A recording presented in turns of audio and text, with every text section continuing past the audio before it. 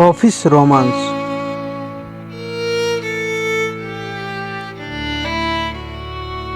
28 वर्षीय रीना खूबसूरती की मल्लिका और अपनी ज़िंदगी की पहली जॉब और अपने काम के प्रति लगन के साथ एक सॉफ्टवेयर कंपनी में मेंटेनेंस के प्रोजेक्ट पर रोहित के साथ मिलकर लगन के साथ काम कर रही थी। तभी बॉस का आदेश आया कि सभी को 2 घंटे एक्स्ट्रा काम करना पड़ेगा। क्योंकि कंपनी पर काम का दबाव कुछ ज़्यादा ही था, सभी स्टाफ ने हामी भर ली। स्टाफ के कुछ मेंबरों को छोड़कर 2 घंटे एक्स्ट्रा काम पर रख लिया। रीना और रोहित दोनों एक ही लाइन पर काम करते थे।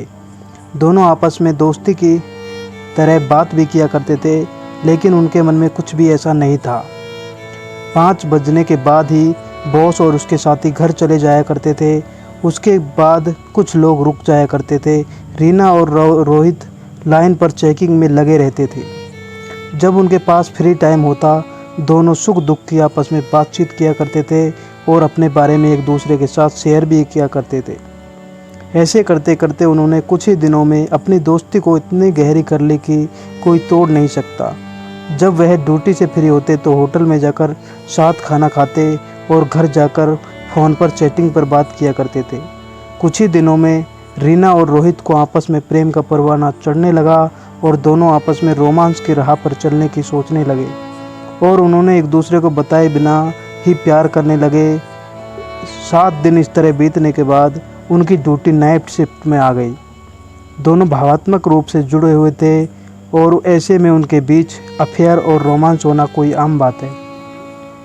एक ही प्रोफेशनल में काम करने वाले लोगों की कई आदतें और पसंद नापसंद भी आपस में मेल खाती है, इसलिए ऐसे व्यक्ति से प्रभावित होना या उससे प्यार होना स्वाभाविक है।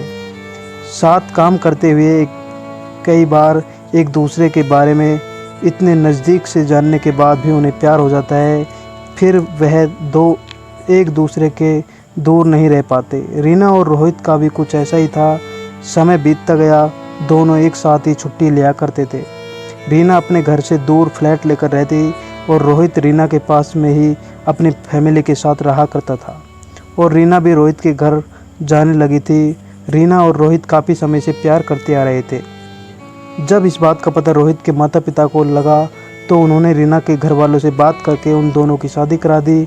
दोस्तों, यह कहानी किसी के दिल को ठेस पहुंचाने के लिए नहीं है और इस कहानी से किसी को अगर गलत भावना पैदा हो तो मुझे कमेंट करके ज़रूर बताएं। धन्यवाद मित्रों।